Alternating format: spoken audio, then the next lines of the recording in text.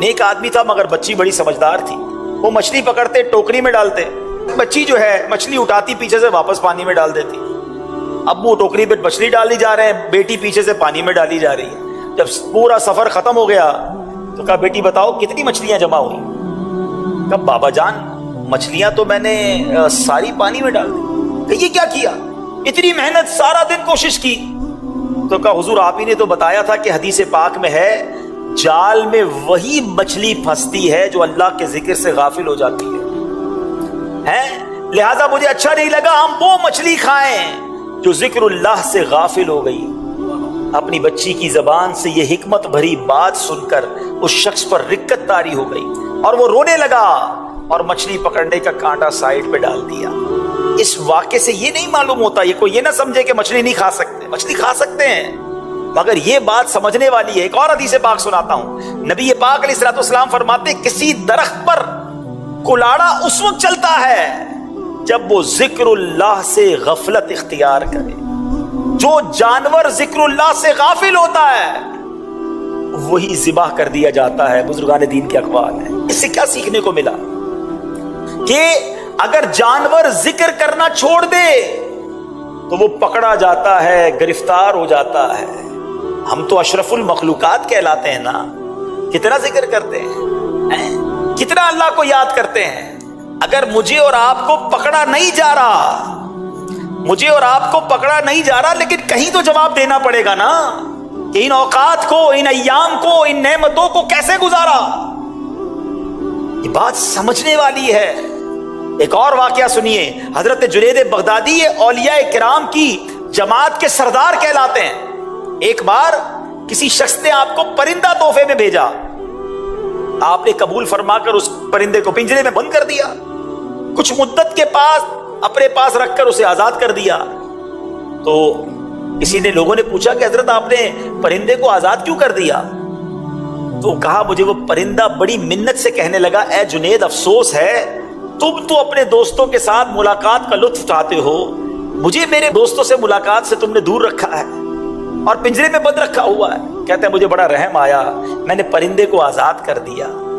پرندہ اڑتے وقت کہنے لگا کہ پرندہ یا جانور جب تک ذکر اللہ میں مصروف رہتا ہے آزاد رہتا ہے, جب اس پر غفلت طاری ہوتی ہے قید میں مبتلا ہو جاتا ہے. اے جنید میں یاد الہی سے ایک ہی دن غافل ہوا تھا جس کی سزا مجھے پنجرے کی سخت قید میں بھگتنا پڑی. ہائے ان لوگوں کا کیا حال ہوگا جو اکثر اوقات ذکر اللہ سے غافل رہتے ہیں. اے جنید میں آپ کے سامنے پکا وعدہ کرتا ہوں کہ آئندہ کبھی ذکر اللہ سے غافل نہ رہوں گا. یہ کہہ کر وہ پرندہ اڑ گیا. پھر وہ پرندہ حضرت جنید بغدادی رحمت اللہ تعالی کی زیارت کے لیے آیا کرتا اور ان کے ہمراہ دسترخوان پر دانے وغیرہ بھی چنتا تھا. جب حضرت جنید بغدادی کا انتقال ہوا تو وہ پرندہ بھی زمین پر گرا اور تڑپ تڑپ کر مر گیا. اس کے بعد حضرت جنید بغدادی کو کسی نے خواب میں دیکھ کر پوچھا کہ آپ کے ساتھ کیا معاملہ ہوا؟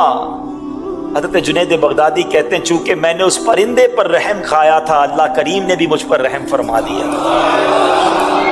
اب یہ واقعہ کیا بتا رہا ہے, کیا سکھا رہا ہے؟ بڑے مزے سے ہم اپنی جو اللہ کی نعمتیں اس کو کھا رہے ہوتے ہیں, مگر کبھی سوچا یہ ساری نعمتیں رب نے ہمارے لیے بنائی, مگر ان نعمتوں کا ہم کیا شکر ادا کر رہے ہیں؟ اور پھر رحم, اسلام جانوروں پر رحم کا حکم دیتا ہے, پھر انسان پر کتنا رحم ہونا چاہیے. آج یہاں انسان پر بھی رحم نہیں کرتے لوگ. چوری کر رہے ہیں, ڈکیتی کر رہے ہیں, اگلا رو رہا ہے, گڑ گڑا رہا ہے, اس کی پورے مہینے کی کمائی ہے, بعض اوقات تو پہلی تاریخ کو تنخواہ لے کے نکلتا ہے, مگر ظالم پسٹول دکھا کر اس کی تنخواہ لے جاتا ہے. وہ کیا سمجھتا ہے ان پیسوں سے وہ خوش رہے گا؟ کسی کا زیور, کسی کی بچی کی شادی کی تیاری ہے, کسی کو جناب ڈرانا, دھمکانا اور جناب اغوا کرنا, روب جمانا. اے ظالموں غور سے سنو, یہ ظلم تم کر تو لوگے, مگر یاد رکھنا قیامت کے دن اللہ مظلوموں کے ساتھ ہوگا. اور اگر کسی مظلوم کی ہائی دنیا میں لگ گئی نا تو تمہاری دنیا بھی برباد ہو جانی ہے. کیسے جواب دو گے اللہ کو؟ خدا را زندگی ایسی گزارے کہ ہم کسی پر ظلم نہ کریں, ہم کسی کو تکلیف نہ پہنچائیں, رحم کریں لوگوں پر. احادیث میں یہ مضمون ملتا ہے کہ جو زمین والوں پر رحم نہیں کرتا